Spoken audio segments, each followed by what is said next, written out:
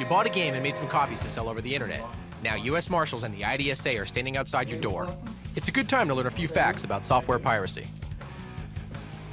Recently, the Interactive Digital Software Association raided a New York City apartment where the occupant was allegedly selling illegal backup copies of PlayStation games over the internet. We've got an order from Judge. Because fines are as large as $1 million for each trademark violation, he's facing several $1 million in damages. It's also a temporary restraining order, complaint declaration. These are 20 websites like this have already been shut down, and that's just the beginning.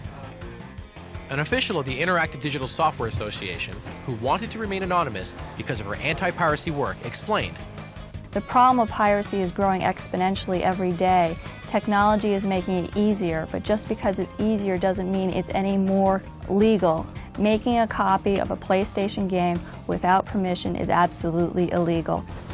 I was using these as backups for people who own original copies. I mean, I had no aware that, because I read, I had a disclaimer and everything.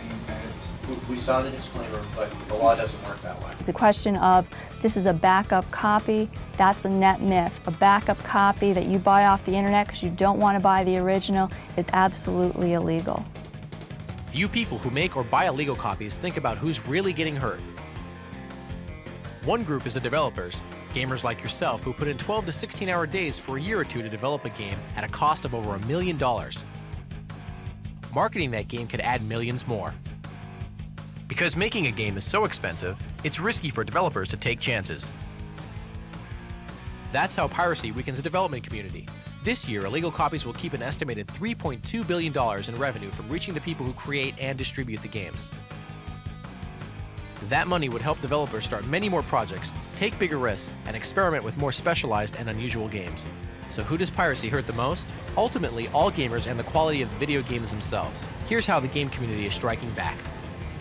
The FBI has started to take some very serious actions against pirates online, not just for copyright and trademark infringements, but other things like consumer fraud. U.S. Customs officials have begun to do seizures of products of entertainment software coming into the United States. The largest such raid that we have experienced in the last few months occurred in Miami, where they seized 54,000 illegal PlayStation discs. The seizure in Miami is just a tip of the iceberg.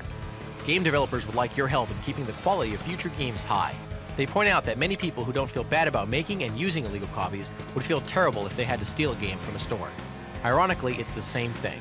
For a detailed look at how piracy hurts video games and what you can do to help stop it, visit www.idsa.com.